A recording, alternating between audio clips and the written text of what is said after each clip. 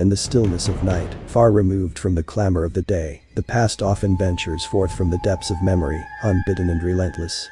My name is Jonathan Archer, and mine is a tale of survival and specters, not of ghosts that haunt old manors, but of shadows cast by the darkest days of the Great War and the chilling depths of the Atlantic. It began on a vessel as majestic as any that ever graced the oceans, the RMS Lusitania. She was more than a ship, she was a floating testament to human ingenuity and a sanctuary of peace in a world edging ever closer to chaos. But as I write this, I can't help but feel the heavy irony of those days.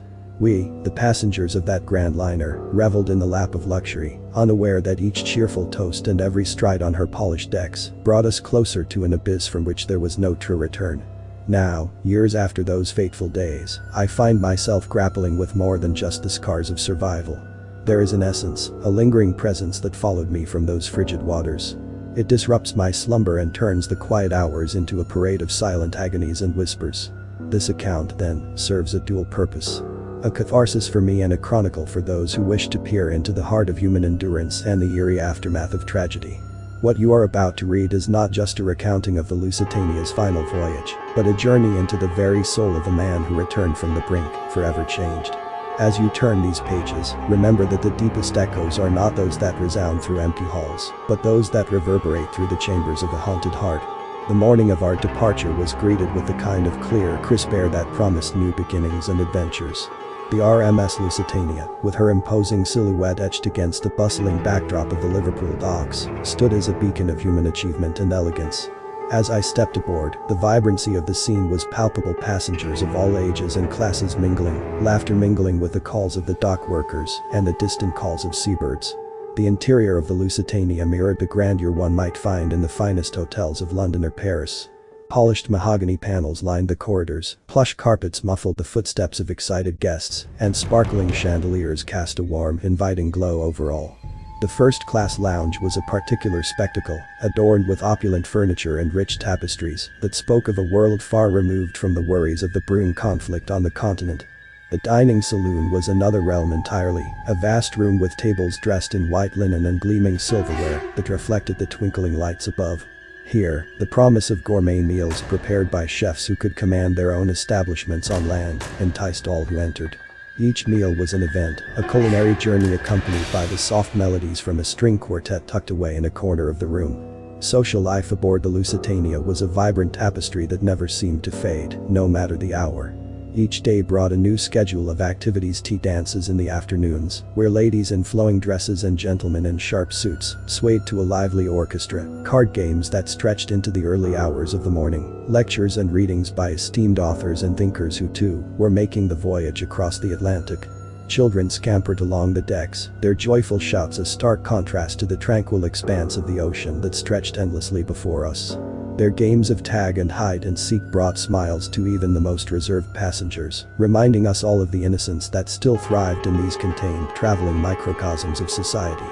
Yet, for all its opulence and merriment, there was an undercurrent of serene detachment aboard the Lusitania. It was as if the ship herself sailed on a separate plane of existence, one step removed from the reality of the world she traversed. As we slipped further from the coast, the land fading to a mere line on the horizon, that sense of splendid isolation deepened. We were a floating island, a moving piece of the peacetime world, unaware of the lurking shadows cast by the gathering clouds of war. It was a day like any other at sea, marked by the gentle rhythms of shipboard life and the laughter of oblivious passengers when the calm shattered irreversibly. The afternoon was warm, with the sun casting shimmering reflections on the waves, when a sudden, jarring explosion ripped through the serenity of the RMS Lusitania. The ship trembled violently under the force of the attack, a malevolent strike from a hidden German U-boat. Panic surged as rapidly as the chilling waters. The explosion had torn a gaping hole in the starboard side of the ship, and seawater rushed in with ferocious speed. Screams filled the air, a stark and horrifying counterpoint to the earlier sounds of leisure and joy. Passengers who had been enjoying a leisurely lunch or a stroll on the deck were thrown into chaos. The impact had come without warning, turning a moment of peace into a desperate fight for survival. Everywhere, people scrambled for life jackets, their faces etched with fear and confusion. The crew, trained for emergencies but perhaps not for such a catastrophic attack, did their best to maintain order, shouting instructions over the din of crying children and anguished adults. The ship listed dangerously to one side, complicating efforts to launch lifeboats and heightening the collective sense of dread. The once elegant corridors and grand ballrooms of the Lusitania became labyrinths of desperation. In the luxury suites and cabins, wealthy passengers who had moments before been sipping fine wines now clawed their way through the opulent furnishings, seeking escape. In steerage, the scene was even more chaotic, with families separated in the cramped quarters as water rapidly filled the lower decks. Among the terror-stricken throngs, acts of bravery emerged. Strangers helped one another don life vests, crew members risked their own lives to guide passengers to the deck, and some passengers attempted to calm the crying children, singing softly amidst the cacophony of despair. The ship's tilt became more pronounced, each minute dragging the Lusitania closer to the deep. Desperate passengers threw themselves into the cold Atlantic, preferring the uncertain fate of the sea to the doomed vessel. Lifeboats, not nearly enough for all aboard, were lowered into the choppy waters, some capsizing under the frantic weight of too many souls. In less than 18 minutes, the great liner, once a symbol of human achievement and luxury, sank into the cold embrace of the ocean, taking with it lives and dreams in equal measure. The air was thick with the salt of the sea and the bitterness of loss as the final remnants of the Lusitania disappeared beneath the waves, leaving behind a chaos of flailing survivors and scattered debris. This brutal act marked not just a maritime disaster, but a profound loss of innocence for all who witnessed and survived it. In the moments following the explosion, amidst a cacophony of crumbling metal and piercing screams, I found myself thrown against the railings of the ship. My initial shock quickly gave way to a primal instinct for survival. My mind raced as I assessed the rapidly deteriorating situation, the chilling realization that the Lusitania was doomed settling over me like a shroud. With the deck tilting dangerously, standing became a struggle. I clutched at the rail, my eyes sweeping over the panicked crowd. I saw an elderly man stumbling, his attempts to reach a lifeboat hampered by the chaotic throngs. Without a second thought, I lunged towards him, grasping his arm just as a young mother with an infant pressed her child into my other hand. The urgency of their need propelled me forward, lending me strength I scarcely knew I possessed. We made our way to the nearest lifeboat, the deck now a steep incline that turned every step into a perilous endeavor. Around us, the ship groaned ominously, a haunting soundtrack to the nightmare unfolding. Water surged over the decks in icy waves, each one a lethal threat.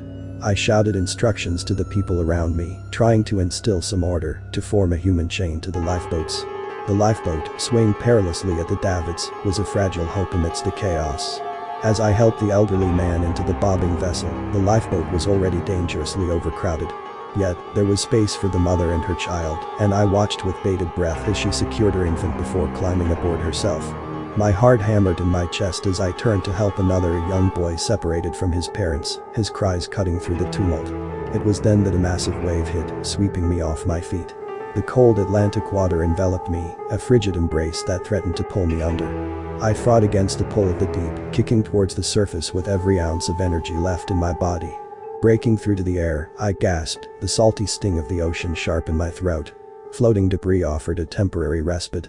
I clung to a wooden plank, my thoughts disjointed, flickering between despair and determination. Around me, the sea was littered with others like me, some clinging to life, others succumbing to the inevitable. The cries for help were heart-wrenching, and despite my own dire situation, when I was finally pulled aboard a rescue boat, my body was numb, my mind exhausted. The ship sinking, the desperate cries, the faces of those I could not save all haunted me in those first moments of safety. Yet, amidst the tragedy, there was a glimmer of something indefinable, a gritty resolve born from the depths of despair, urging me to cling to life, to bear witness to the catastrophe that had claimed so many. The horizon, typically a marker of hope where sea meets sky, was marred by the grim reminder of disaster as rescue ships dotted the view. The sound of approaching vessels was both a relief and a harbinger of the sorrowful realities that awaited us survivors. As one of the boats drew near, its crew threw ropes and life rings to those still adrift in the chilling embrace of the Atlantic. My hands, numbed by the cold and fatigue, fumbled at first but managed to secure a grip, hauling me closer to salvation. The deck of the rescue ship was chaotic, with crew members swiftly moving to administer aid to the hypothermic and the wounded. Blankets were wrapped around shivering bodies, and sobs of relief mixed with cries of despair filled the air. As I stood there, draped in a rough blanket, the extent of our loss began to unfold before my eyes. Among the crowd, faces were searching, some found smiles of recognition, others contorted in the agony of not finding the ones they sought.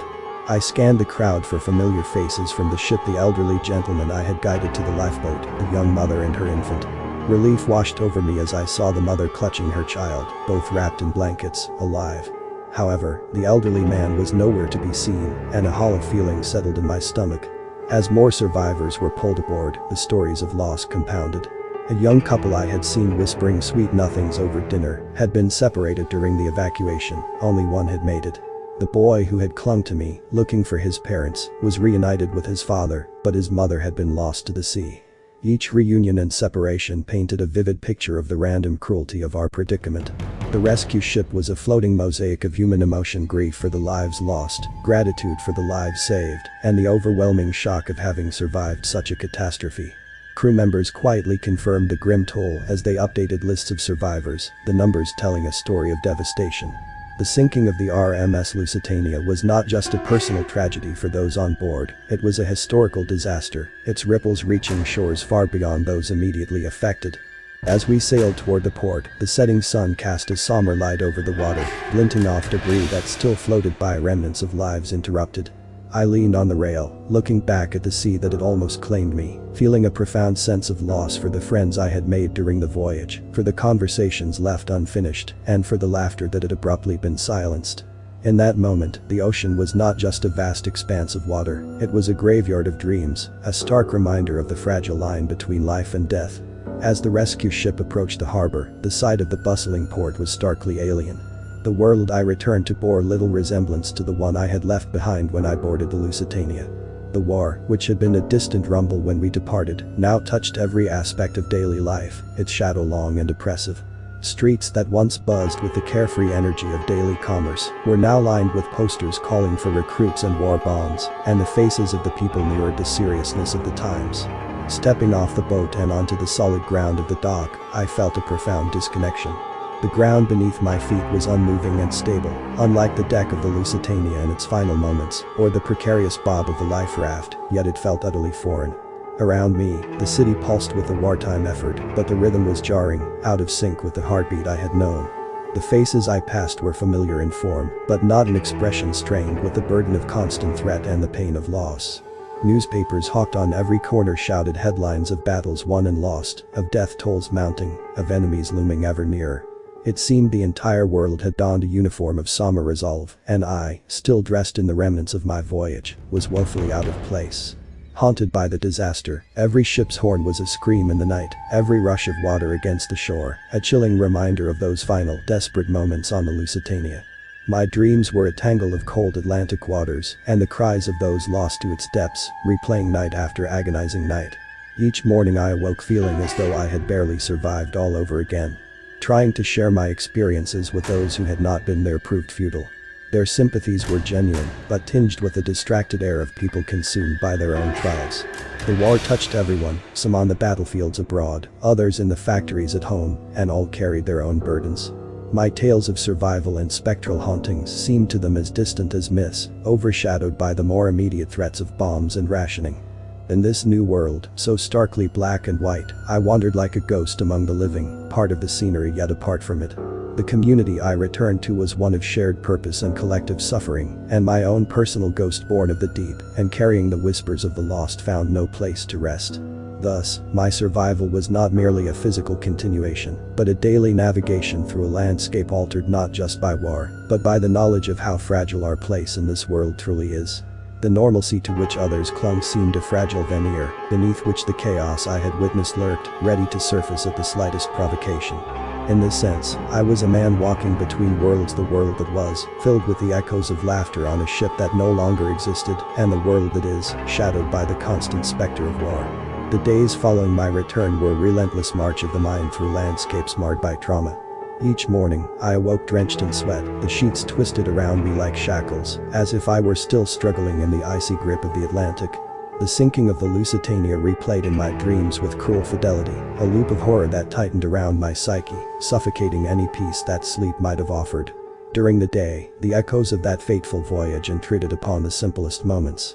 The clatter of dishes in a cafe became the crashing of the ship's crockery as it capsized. The wail of a child in the street mirrored the cries aboard the deck during those final moments of desperation. Such flashbacks were jarring, tearing me out of the present and thrusting me back into the bowels of a sinking ship, surrounded by chaos and impending doom. My sense of self was frayed, the threads of my identity unwound by the unceasing reminders of what I had witnessed and what I had survived. Guilt was a constant companion.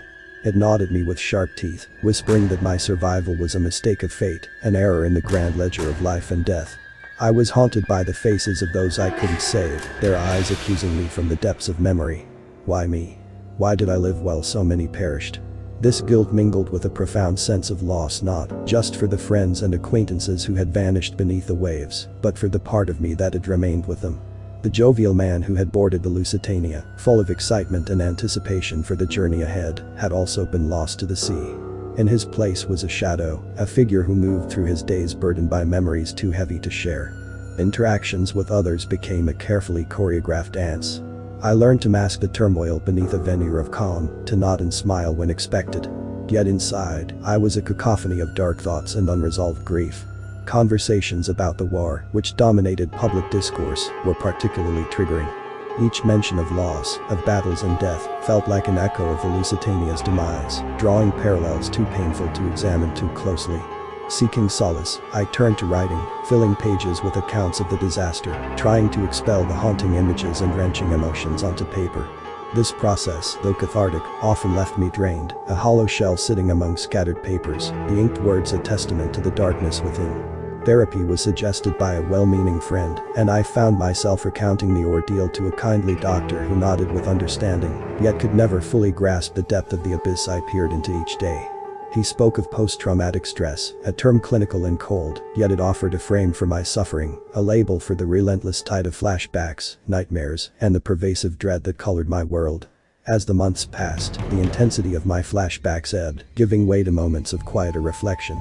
Yet the residue of trauma lingered like a stain, coloring my perceptions and interactions.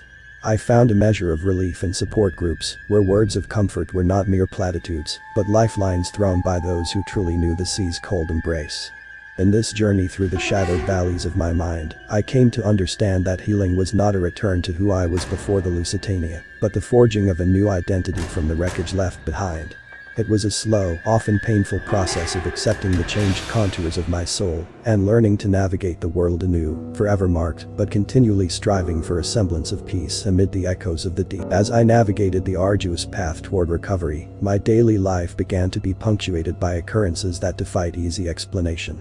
These incidents, subtle yet disconcerting, wove a thread of uncertainty through my already frayed existence. It started with small, almost dismissible incidents, photographs that I had placed on my mantle, pictures of the Lusitania and her ill-fated voyage, would inexplicably find themselves face down each morning. At first, I attributed this to the tremble of heavy carts passing by my lodging, shaking the modest apartment. But when the pictures began to change positions, appearing in places I had not left them, a chilling doubt seated itself in my mind. Then, there were the cold drafts that would sweep through my room on still evenings, extinguishing candles and leaving a chilling whisper against my skin. No source for these sudden gusts could be found, windows were securely shut, and the doors sealed. The air carried a dampness, a faint echo of the Atlantic's briny scent, which clung to the back of my throat like a harbinger. Most disturbing, however, were the whispers.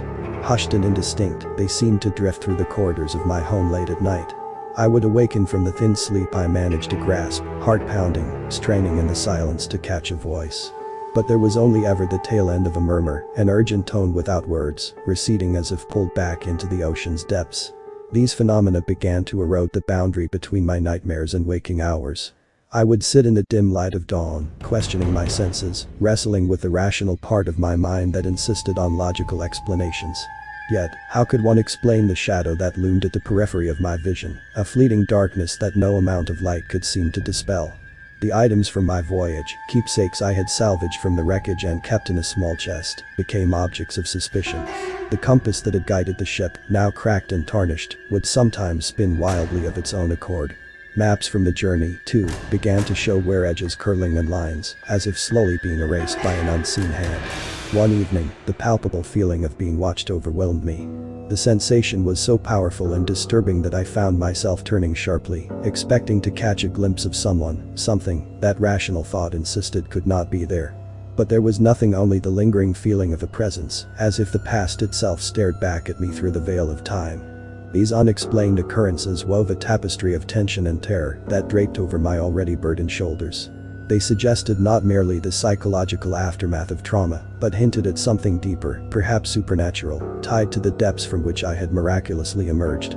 With each passing day, the line between reality and the otherworldly grew thinner, pulling at the threads of my sanity as I struggled to understand whether these events were harbingers of a disturbed mind or echoes of a deeper, darker truth lurking beneath the surface of my experiences. In the weeks that followed, the disturbances that plagued my nights and days began to escalate, each event more unsettling than the last. It seemed as if the very fabric of my reality was being pulled at the seams, revealing glimpses of something inexplicable and deeply disconcerting. One evening, as I sat reading by the flicker of a gas lamp, the room suddenly chilled, and the pages of my book began to turn on their own. The movement was slow and deliberate, as if an unseen hand leafed through the chapters. I snapped the book shut, my heart pounding, only to hear the soft thud of footsteps in the hallway outside, footsteps that ceased the moment I flung open the door to a starkly empty corridor. On another occasion, I placed a glass of water on the kitchen table, only to watch it slide several inches across the polished wood as I turned to fetch a cloth. The glass moved smoothly, steadily, stopping abruptly at the edge without a single drop spilled. I stood there, breath held tight in my lungs, staring at the glass, as if it might divulge the secrets of its motion. But it offered no clues, only the silent, undeniable proof of something beyond my understanding. The shadows in my apartment took on a life of their own.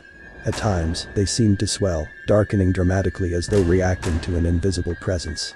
These shadows would often shift, elongating and retracting in unnatural ways that defied the sources of light. I began to avoid mirrors, for I would catch glimpses of something shifting just out of view, a flicker of movement where there should have been none. I frequently felt watched, an unnerving sensation that crept up on me during the most mundane moments while I washed dishes, read, or as I tried to sleep. This feeling would come accompanied by a drop in temperature, a whisper of cool air that brushed against my neck, sending shivers down my spine. I would whirl around, only to find the room as it should be, with all items in place and no intruder in sight. Even the air in the apartment seemed to whisper. Late at night, a soft murmuring would drift through the rooms, as though the walls themselves were recounting tales in a language made of sighs and soft moans. These sounds were never loud enough to grasp fully, always just below the threshold of understanding, but they filled the silence with an eerie symphony of whispers that made sleep a distant desire. The culmination of these events occurred one stormy night when the power faltered, plunging the apartment into darkness. As I fumbled for candles, the air buzzed with the static charge of the storm, and my skin prickled with the heightened awareness of every sound. Then, clear and close, the sound of a heavy sigh filled the room, enveloping me in a breath so real and so close, I could almost feel the warmth against my ear. I stood frozen, candle in hand, the darkness around me feeling alive with unseen eyes watching, waiting. Each of these incidents chipped away at my skepticism, forcing me to confront the possibility that what I was experiencing was neither hallucinations nor mere aftereffects of trauma. They suggested an interaction with something that, while not ghostly in the traditional sense, was profoundly abnormal and deeply connected to the unseen forces that seemed to have followed me from the depths of the sea. As the disturbances around me intensified, so too did the sense of isolation that enveloped my daily existence. My experiences, both during the sinking of the Lusitania and the eerie occurrences that followed, began to form a chasm between myself and those around me. It became increasingly difficult to bridge this gap, as the unique nature of my experiences made them incomprehensible to others. Family gatherings, once a source of comfort and normalcy, became strained. Conversations would falter when I entered the room, the air filling with an unspoken discomfort. My relatives, well-meaning in their concern, often prodded me with questions about my well-being, their inquiries laced with a hesitant curiosity. Yet, when I attempted to describe the shadows that seemed alive or the inexplicable cold that clung to my apartment, I was met with skeptical looks and uneasy murmurs. Suggestions to seek more rigorous psychiatric help were made with veiled concern, implying that the problem was not with my apartment, but with my mind. Friends, too, began to drift away. Invitations to social outings dwindled, the phone rang less often. The few who remained in close contact expressed their worry through furrowed brows and forced cheerfulness, trying to draw me out to events in hopes of dispelling what they believed were mere obsessions or delusions. But amidst the laughter and light of social gatherings, I felt an outsider, haunted by memories and sensations they could neither see nor understand. My attempts to connect over shared memories or common interests were overshadowed by my growing reputation as the man who had returned from the Lusitania, a changed, perhaps unstable, person. The whispers that followed in my wake, the cautious glances thrown my way, they all reinforced the walls that seemed to encase me. Each failed attempt to reconnect with my old life served only to remind me how far I had drifted from the person I once was. This isolation was not just social but emotional. The loneliness of being misunderstood, of carrying a burden that others could neither see nor feel, weighed heavily on me. It was a solitude that followed me even in crowded rooms, a sense of disconnection from the world that went about its business, oblivious to the dark currents that ran beneath the surface of my reality. Even romantic endeavors faltered under the strain of my haunted perceptions. A budding relationship, full of promise and the potential for understanding, crumbled when my partner awoke one night to find me staring out the window, listening intently to the whispers that she could not hear. The fear in her eyes that night was a mirror reflecting my own internal turmoil, and soon after, she withdrew, leaving me to my shadows and sighs. As the gap between myself and others widened, I found solace only in solitude, where I did not have to mask my fear or explain the inexplicable. Yet, this solitude was a double-edged sword, providing relief from misunderstanding, while simultaneously deepening the very isolation that pained me. It was in these quiet moments alone that I confronted the full depth of my estrangement, wrestling with the duality of desiring connection while fearing it, longing for understanding while doubting it would ever come. Driven by the incessant turmoil of unexplained phenomena and the isolating veil it cast over my life, I embarked on a meticulous investigation into the history of the RMS Lusitania. My goal was clear: to unearth any records, anecdotes, or hidden truths that might shed light on the peculiar occurrences that had become. I spent countless hours in the dimly lit, musty rooms of public archives and libraries, poring over old ship logs, passenger lists, and newspaper clippings from the time. The yellowed pages of history whispered tales of the Lusitania's many voyages, the lives she had carried, and the dreams she had fostered. Yet, hidden within these tales, I sought the darker threads, any hint of tragedies, unresolved grievances, or peculiar events aboard the ship that might resonate with the disturbances shadowing my post-survival life. My search led me to old maritime records, where I delved into the accounts of ship's crew and noted any unusual occurrences reported during prior voyages. I discovered instances of mysterious disappearances, notes of passengers who had reported strange sightings at sea, and crew complaints regarding unexplained malfunctions in the ship's equipment that were never satisfactorily resolved. Further investigation brought me into contact with descendants of other survivors and historians specializing in maritime history. In hushed tones and through exchanged letters, they shared rumors of a cursed voyage, years before the Lusitania's final journey of voyage, where a series of unfortunate events had supposedly left several crew members, believing the ship was marked by misfortune. One particularly compelling account came from the journal of a crew member who had served on the Lusitania's penultimate voyage. He wrote of an eerie fog that enveloped the ship one evening, and of voices heard singing in the mist, voices that ceased as suddenly as they had begun, with no source ever identified. This account resonated with my own experiences of whispers and shadows, suggesting a history of spectral phenomena associated with the ship. Armed with this information, I began to construct a timeline of events, linking historical incidents aboard the Lusitania with my own experiences. The process was painstaking and often disheartening, as connections were tenuous and required interpretation open to skepticism.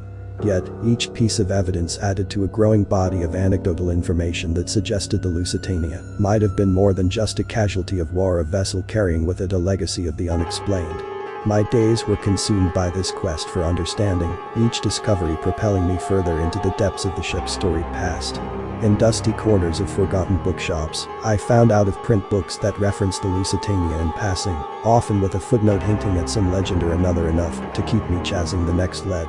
Through this relentless pursuit, what began as a search for explanations gradually morphed into a broader exploration of how tragedy and mystery can intertwine, leaving echoes that reverberate through history, touching lives far beyond those of the initial participants.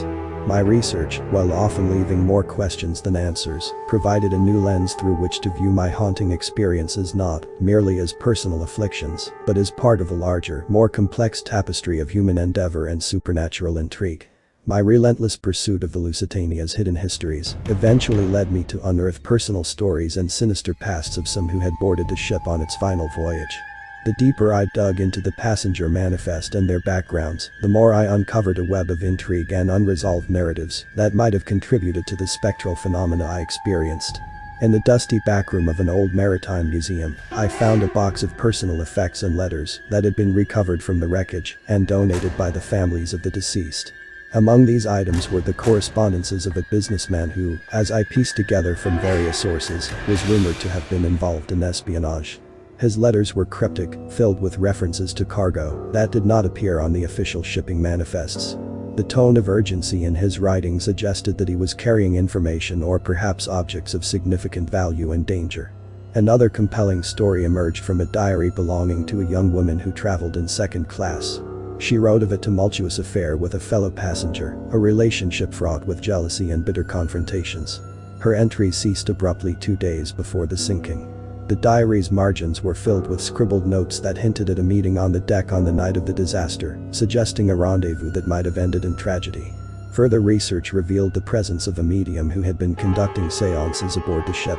Passenger accounts and a recovered log mentioned her by name, noting her eerie predictions of doom in the days leading up to the attack. These sessions were reportedly well attended, a detail that piqued my curiosity. Could her spiritual invocations have invited unwelcome entities aboard or heightened the psychic turmoil already present on the ship?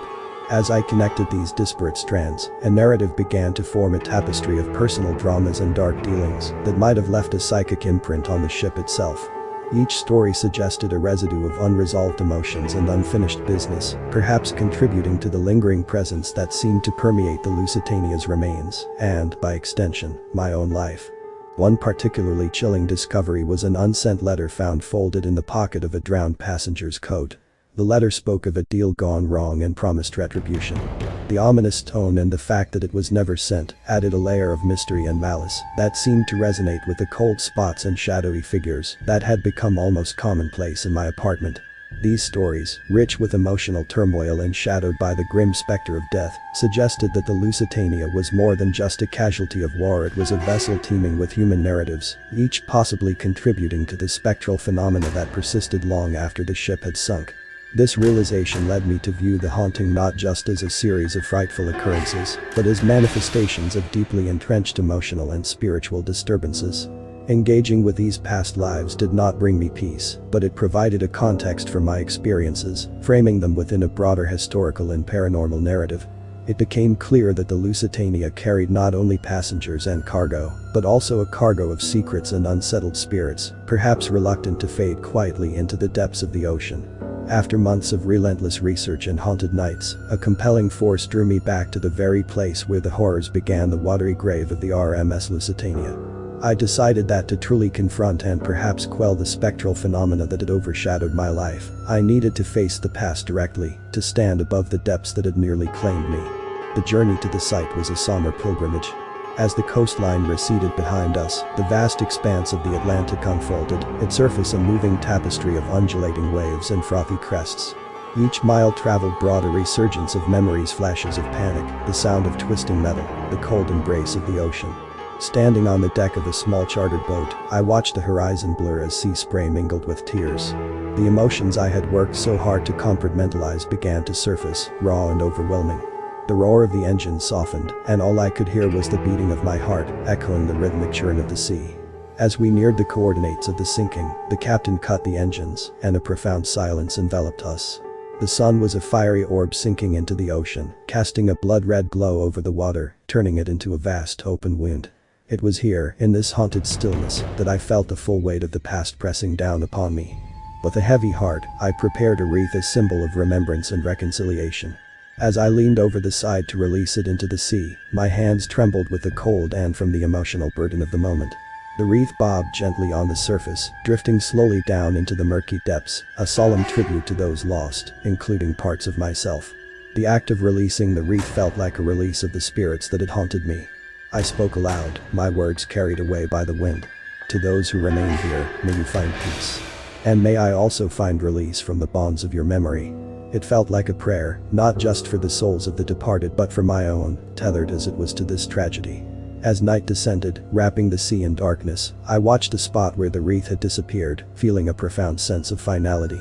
The ocean, which had been a source of nightmares, now seemed a vast space for healing. The whispers, the shadows, the unexplained phenomena that had followed me seemed less menacing, as if my acknowledgement and tribute had appeased them, or perhaps strengthened me against them. The journey back to shore was reflective and oddly serene. The sea had taken much from me, but it had also given back a confrontation with my deepest fears and an opportunity to face them head-on. This return to the sea where the Lusitania met her end was not just a visit to a place, but a pilgrimage to the darkest corners of my psyche, a journey necessary for my peace. In facing the past with open eyes and an open heart, in this newfound state of relative peace, I delved once more into the historical records and personal accounts I had collected, determined to piece together any remaining fragments of the story that could still be influencing my experiences. It was during this search that I stumbled upon a set of records previously overlooked, documents buried deep within the archive's special collection section. These records were logs and personal notes from a ship that had reported unusual sightings in the waters near where the Lusitania sank, only a few days after the disaster. The crew had described seeing ethereal lights beneath the water's surface and experiencing sudden, unexplainable navigational failures. One entry detailed a night when the sea appeared to glow eerily, accompanied by a low, humming sound that seemed to come from beneath the waves. The more I read, the more the account seemed to suggest some form of otherworldly interference, an idea that I would have scoffed at before my own experiences began to mirror the inexplicable. But even with these records hinting at supernatural phenomena, I realized that dwelling on these mysteries would not change the past, nor help me to reclaim my life in the present. With a deep, steadying breath, I made a conscious decision. It was time to shift my focus from the shadows of what had been to the light of what might be. The journey through my past, the investigation into the Lusitania's history, the exploration of eerie phenomena, the return to the site of the sinking had all been steps on a path toward understanding and acceptance. Now, it was time to move forward, using the insights gained from these experiences to shape a future unburdened by the past. I organized the records and notes into a final archive, a comprehensive collection of all I had learned. This archive would be stored safely, a testament to the journey, and a resource perhaps for others who might one day tread a similar path, but no longer a daily part of my life. Instead, I began to plan projects and pursuits that focused on rebuilding and growth. I engaged more with community activities, rekindled old friendships that had been strained by my struggles, and even started to outline a book about my experiences, not focusing on the hauntings and the horror, but on the resilience and recovery that followed.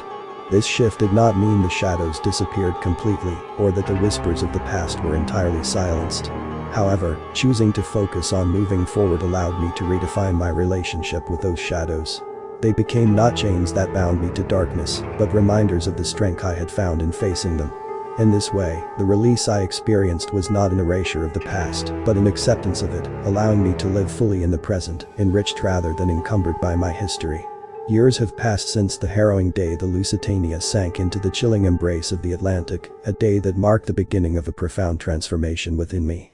As I sit now in the quiet solitude of my study, surrounded by the artifacts of a life both shattered and rebuilt, I reflect on how deeply those events shaped the contours of my existence. The scars are undeniable. They are etched not only in the memories that occasionally surface in the stillness of the night, but also in the very fabric of my being. There are moments when the echo of screams or the imagined scent of the sea's brine catches me unawares, pulling me momentarily back to those desperate final hours aboard the ship. Yet, these scars no longer evoke a sharp pain, but a somber acknowledgement of what I endured and survived. The growth, too, is unmistakable. In the aftermath of the disaster, I was a fragment of my former self lost in a sea of grief and haunted by shadows that seemed to cling to my every step. It would have been easy, perhaps, to remain in that shadowy place, to let the darkness define me. But through the journey of understanding, of facing the ghosts of the past head-on, I learned the resilience of the human spirit. I have come to understand that trauma, while it can break us, also has the capacity to forge us anew. The insights gained from plumbing the depths of both the Lusitania's legacy and my psyche have endowed me with an empathy I might never have developed otherwise. I find myself connected to others in ways I had not anticipated, able to offer solace and understanding from a place of genuine knowing. The research, the return to the sea, the release of the wreath into the waters, all these acts were steps towards reclaiming a life unhindered by the past. They were necessary chapters in a story that continues to unfold. Now, I use my experiences to help others navigate their paths through trauma, speaking at gatherings, writing about recovery, and advocating for mental health awareness. reflecting on the impact of the Lusitania is no longer solely an exercise in recalling horror and loss. It is also about recognizing the unexpected gifts of insight and connection. It is about honoring the memory of those lost not just by looking back, but by moving forward with intention and grace. As I pen these final words in my account, I am struck by the profound journey from darkness into light. The narrative of the Lusitania will always be a part of me, but it is no longer a chain that holds me. It is a beacon that guided me to a deeper understanding of the complexities of life and the potential for renewal in the wake of devastation. Thus, while I carry forward the memory of that fateful day, I also carry forward the lessons learned and the growth achieved. In this way, I honor not just the memory of those lost, but also the possibilities of the life that continues beyond the echo of the ship's final tragic voyage. As the years stretch between the present day and the chilling waters of the past, I've come to understand the profound duty I carry not merely to survive, but to share the saga of survival. This sense of responsibility has compelled me to pen a memoir, a detailed account not only of the disaster that reshaped my destiny, but also of the journey that ensued, marked by a complex tapestry of trauma, recovery, and resilience.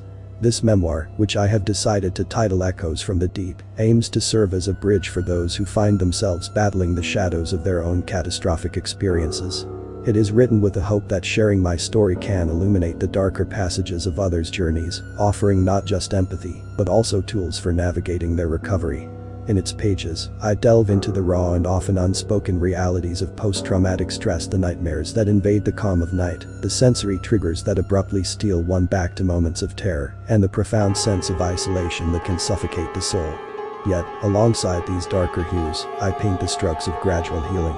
The first tentative steps towards therapy, the slow rebuilding of trust in one's own mind, and the eventual emergence of a scarred but stronger self.